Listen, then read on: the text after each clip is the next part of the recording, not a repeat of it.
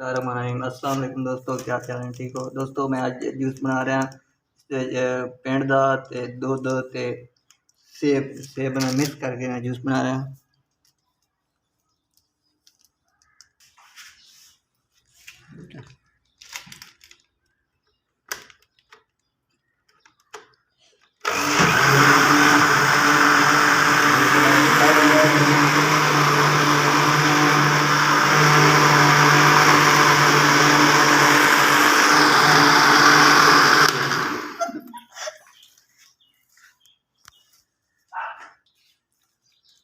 दोस्तों इसमें थोड़ी चीनी कम है, इस वक्त मैं थोड़ी चीनी पा रहा है।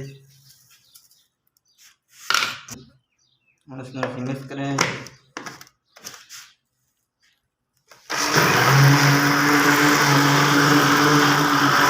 ओके जल्दी तुम